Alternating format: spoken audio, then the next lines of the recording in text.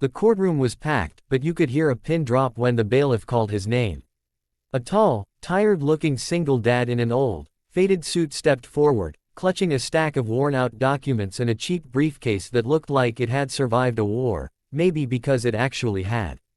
The judge glanced down at him with a smirk, the kind that told the viewers instantly that she had already decided who he was: nobody.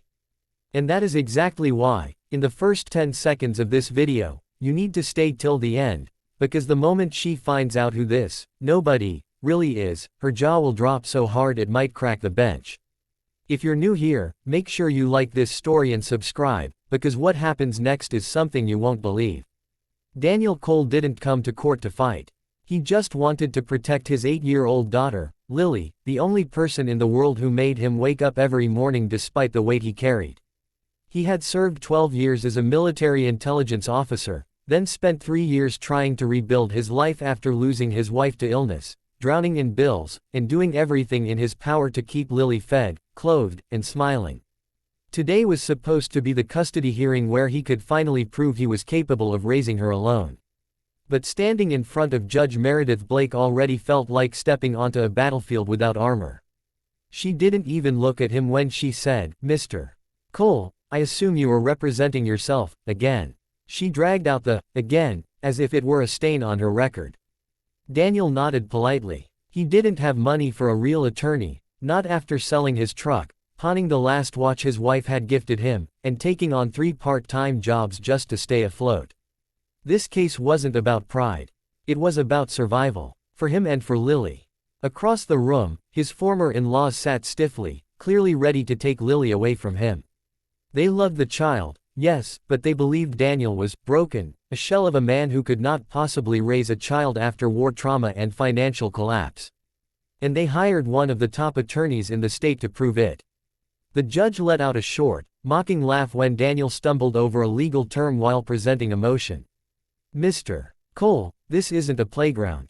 These proceedings require knowledge and competence. You might want to leave this to professionals." A few people in the courtroom chuckled under their breath.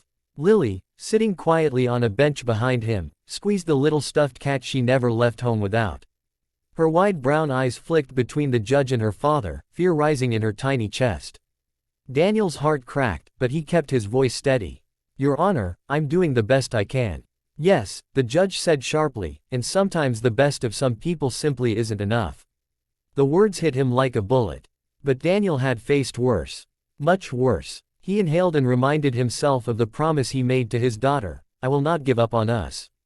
No matter what." As the opposing attorney presented manipulated financial documents and exaggerated claims about Daniel's mental state after service, Judge Blake nodded as though everything were already proven truth. Daniel tried to object, but each time she silenced him with a raised hand or a dismissive comment. Every second that passed, he felt the case slipping away from his hands. Then came the moment that almost broke him. They called Lily to the stand. She looked so small climbing into the witness chair, feet dangling above the floor. Her voice trembled as she answered basic questions.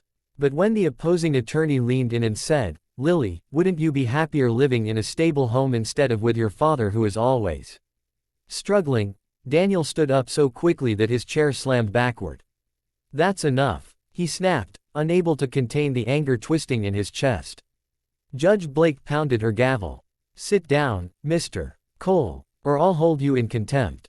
He sat, but the fire inside him didn't die. Not this time. Not when they were attacking his daughter. Minutes later, after Lily stepped down with tears in her eyes, something inside Daniel shifted. His hands trembled, not with fear, but with resolve. He quietly opened the old briefcase he carried. Inside was a folder he hadn't touched for years. One with documents he had promised himself never to use. Not unless he had no other choice. But today, that choice was taken from him.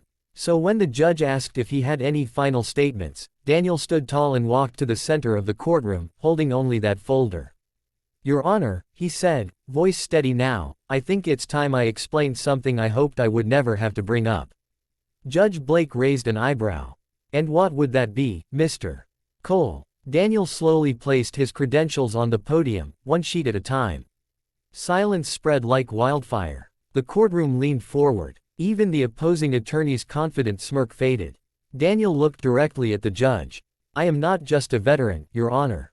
I am a former federal attorney who worked in counterintelligence law for the United States government. I earned my JD at one of the top law schools in the country. I prosecuted cases involving military corruption, cyber espionage, and national security breaches.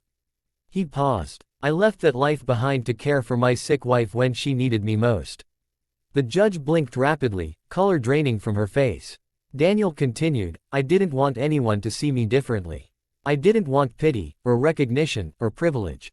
I wanted to stand in this courtroom as the man I am today, a father who would do anything for his daughter. But you mock me because of my clothes. My job. My struggle. You saw a broken man, Your Honor. He stared into her eyes, unwavering.